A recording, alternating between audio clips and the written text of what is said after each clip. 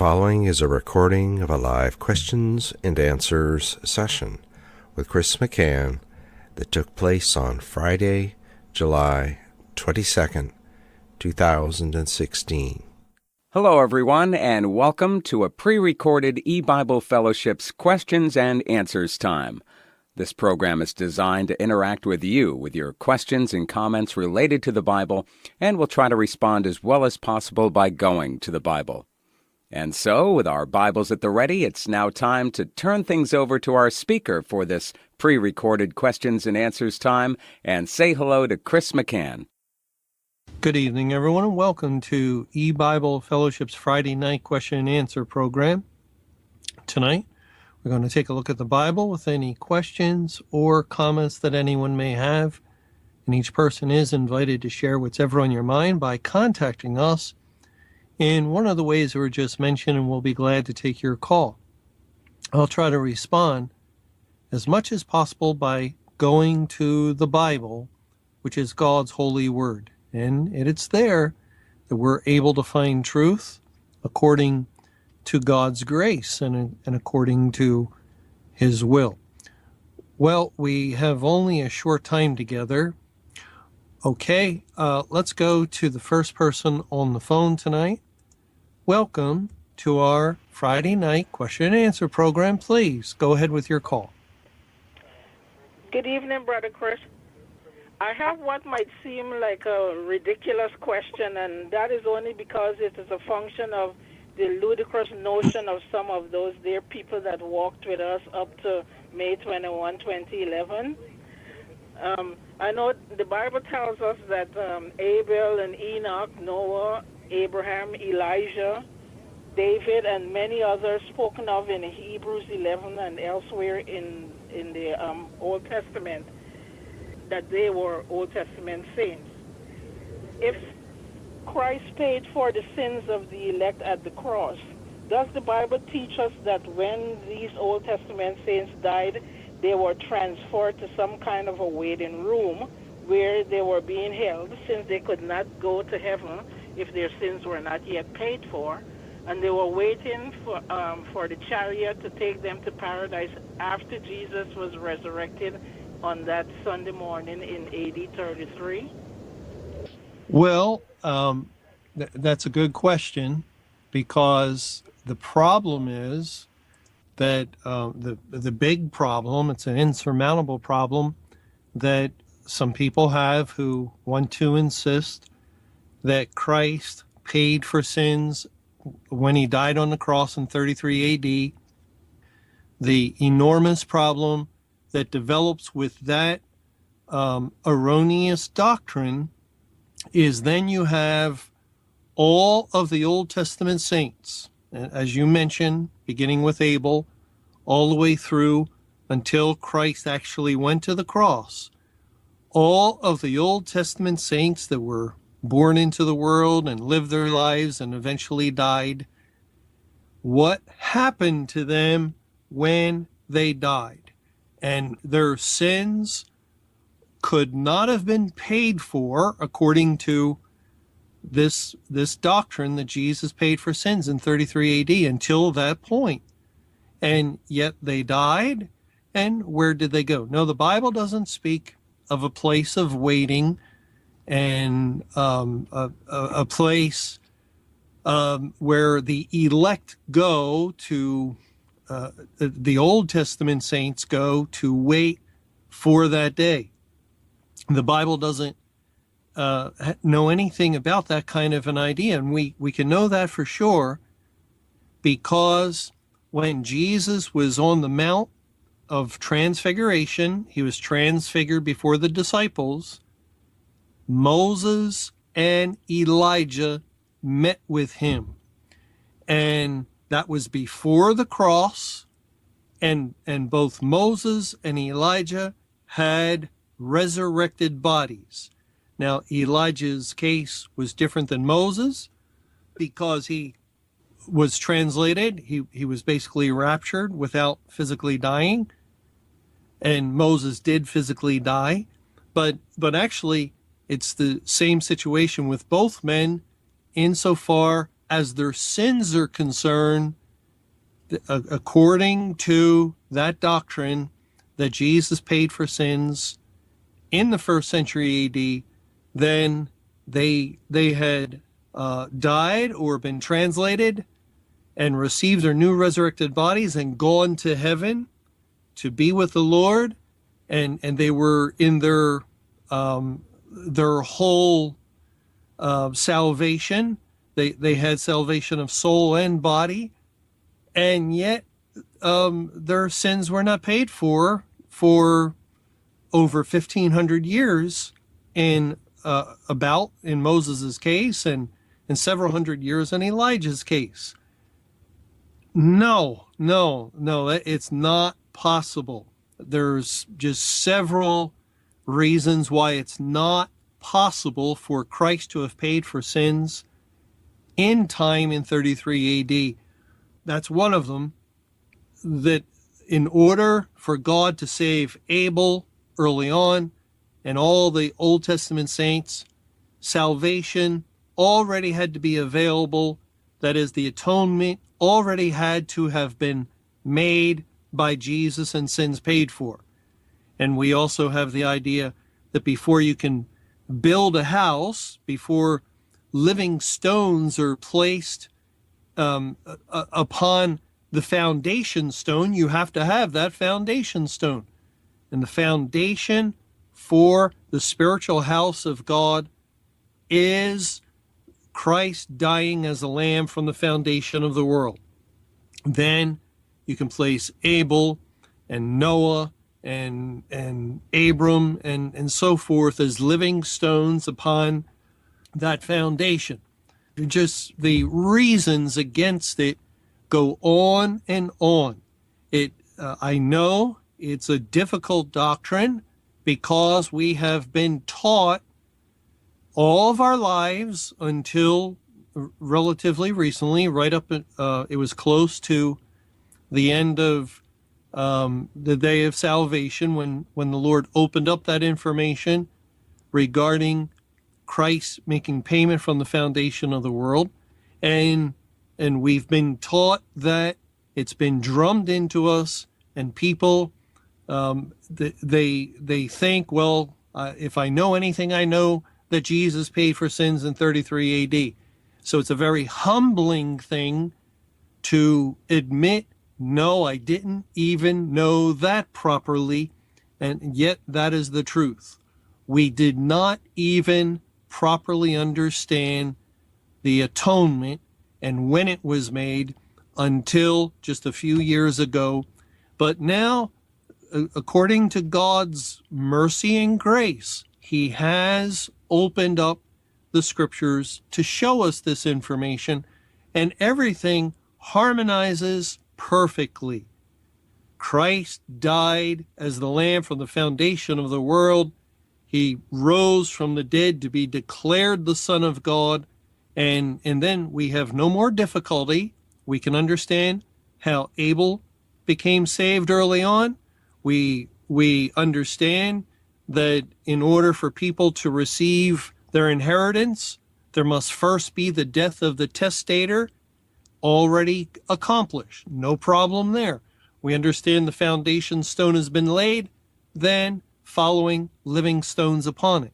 Again, perfect harmony once we simply allow the Bible to be our guide, and the Bible tells us in a very plain statement in Revelation 13:8 that Christ was the Lamb slain from the foundation of the world.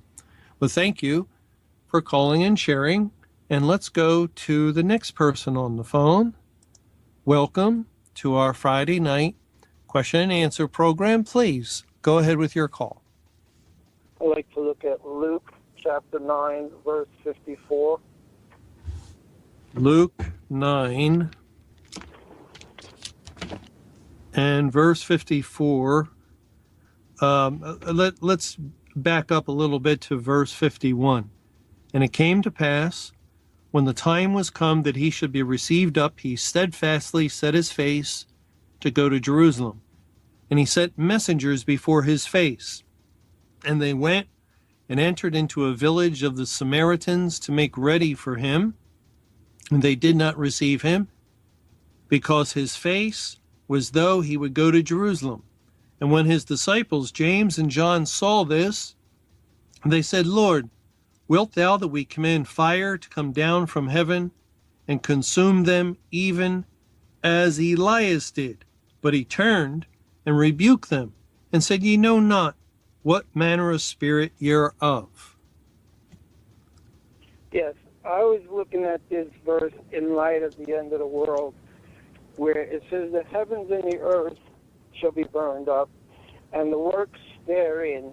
You told me the works therein are human beings too, but judging by this, it seems like God is against tormenting any human being and would rather take them out peacefully. Not that he's not going to burn up the physical earth and the stars and all that stuff, but he might do it in a way where they will drop dead first, and then the universe goes on fire. Because this seems to contradict, 2 Peter, where it says the heavens and the earth being burned up, that the people would be burned up too. No, there's no torment involved, actually, with a fiery destruction. When the end comes, when the last day comes, and it's time for the world to be destroyed, then God says a word, and the world is consumed by fire. It's melted with a fervent heat, along with the universe, the sun, moon, and stars, and it's gone. Just like that. It's their torment. Really, actually, that word in the Bible is misunderstood. It's more of that which can be troubling. The word torment, for instance, when the disciples were rowing on the sea, the word torment is used. They were in a torment. It just means some difficulty, some trouble. It has nothing to do with torture at all. And it is used, the word torment, to describe 5 months of judgment. So God is tormenting the unsaved inhabitants of the earth throughout the prolonged day of judgment. But again, there's no torture going on. We've been living in the day of judgment since May 21, 2011, and the torment that the Bible refers to has been underway. There is a grievous situation that is certainly troubling even to the unsaved people of the world. We see with the constant assaults of terrorism or constant outbursts of violence, the constant progression of iniquity, the abounding of sin. And in the Old Testament, God uses the identical Hebrew word for iniquity and for punishment.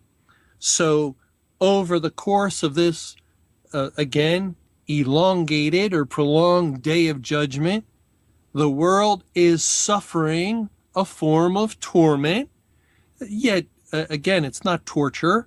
We still, and this goes for everyone, the people of the world, they can still enjoy certain things of life and have certain certain good things and so forth, with sunny days and good things of the earth. Yet the way God is viewing it, with the door to heaven shut, the end of salvation, and the punishment of the wicked, where man is able now to cast off God to a greater and greater degree, which increases his own punishment. The more the world goes after iniquity, the more punishment they are experiencing in the form of torment over the course of the spiritual judgment. But when we get to the end of the spiritual judgment and it turns into a literal physical destruction, there's no torment involved in that. That's the end of the torment. When someone is gone in a snap of a finger and burned up, they didn't feel a thing, really. They're all gone. They're annihilated. Now, 2 Peter chapter 3 tells us that God's plan is to destroy the world with fire. Now, let me turn there. And this plan is outlined, it's presented in 2 Peter chapter 3, in the very same chapter where God speaks of destroying the first earth with water. Did God destroy the world of Noah's day with literal water? And the answer is yes, he did. Well, he tells us in verse 6 of 2 Peter 3, the world that then was, being overflowed with water, perished. But the heavens and the earth, which are now by the same word, are kept in store, reserved unto fire against the day of judgment and perdition of ungodly men. There is a connection being made, an association. The word of God brought the flood, to the water, to destroy the earth. The word of God has reserved fire to destroy our present earth and everything else in this creation that is contaminated with sin. So the fire will occur. Now, we know in Isaiah 51, verse 6, that the Lord ties together the destruction of the whole universe, and including the earth, with the end of man. It says, lift up your eyes to the heavens and look upon the earth beneath. For the heavens shall vanish away like smoke, and the earth shall wax old like a garment, and they that dwell therein shall die in like manner. So what happens to the universe and to the earth will happen to the sinner, the unsaved, the people who must pay for their own sin. And the day of judgment is the unsaved making payment. They're being punished for their sin. And the final aspect to that payment is to be burned up, just like the physical creation, to be burned up and annihilated and removed, and to be gone forever. That will happen to all of the unsaved people of the earth. And there's no other way to understand it. There's no way that, how else is God going to destroy the people of the world? Is everyone going to drop dead overnight when we get to the day of judgment and people go to bed and never wake up? Well, we have various time zones all over the world when half the world's in bed, another large percentage are not in bed. What about them? No, the Bible's clear on the methodology, the manner in which God plans to destroy everything will be by fire. But thank you for calling and sharing, and let's go to the next person on the phone. Welcome to our Friday night question and answer program. Please go ahead with your call. Yeah, Chris. I was thinking about if this time is the Feast of Tabernacles, the harvest, Judgment Day, the gathering, all of those combined, and you are doing a study about on the ark with Noah and his family and so on. They had unclean animals and clean animals, meaning they were feeding both. And in this Judgment Day, God, in a sense, and I want to ask you this question, He's feeding his people with the word of God, and that's what we learned in Luke 17. We're supposed to feed the sheep. We feed each other, if you will. Some feed more than others, like you do. But then, are the unsaved people being fed?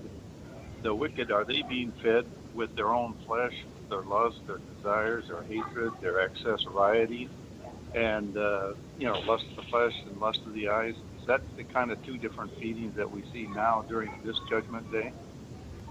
Yeah, that's a good question you're asking, and the answer is no. No, remember that the unclean or not clean animals that were brought on board the ark were a tiny remnant of them. The vast majority of unclean animals were left outside of the ark on the land. They were still in the world.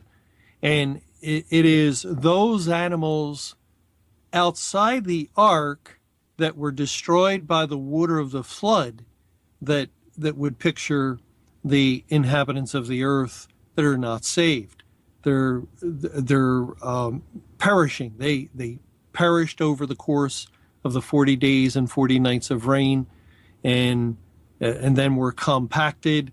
The wrath of God rose above the highest mountain to indicate that the kingdom of Satan had been put down.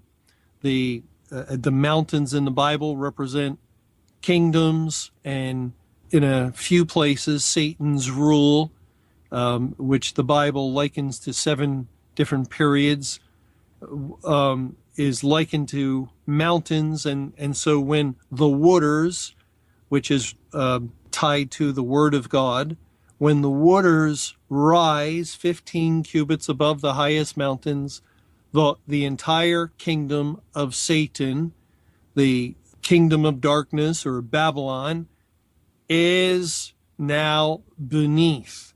The word of God has closed upon them. They are drowned like Pharaoh in the Red Sea, and all the Egyptians with him. They are under the wrath of God. And so all that had the breath of life, all the unsaved people, all the animals left outside the ark, typify the billions of people that are in the world today that never became saved. The animals that were not clean, that were brought onto the ark, it's just a tiny remnant of the whole. They don't represent people. No, the redeemed people are Noah, his wife, and his sons and their wives. They represent the elect, and the clean animals represent the elect.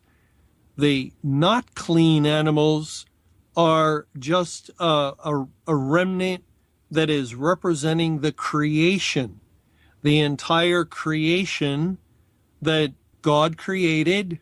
And as far as we know, God has never created a creation and then destroyed it. There's good evidence that God has created numerous creations, maybe untold numbers of creations distinct from this one, and created creatures upon them who would be ruled by principalities and powers that somehow have been witness and viewing the events unfolding on earth.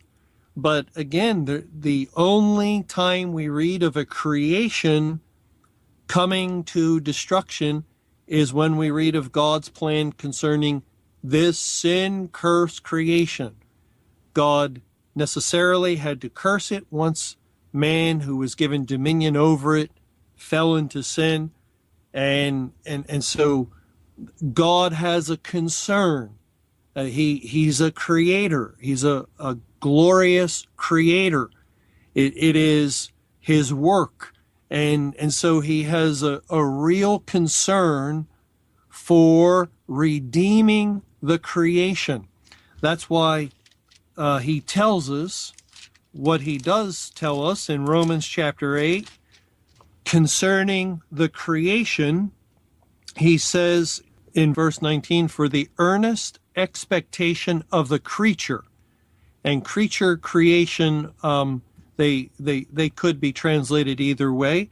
And in this case, the creatures, the not clean creatures on the ark, typify the creation. For the earnest expectation of the creation waiteth for the manifestation of the sons of God. And isn't that interesting? We've been talking about the elect appearing or being made manifest before the judgment seat of Christ.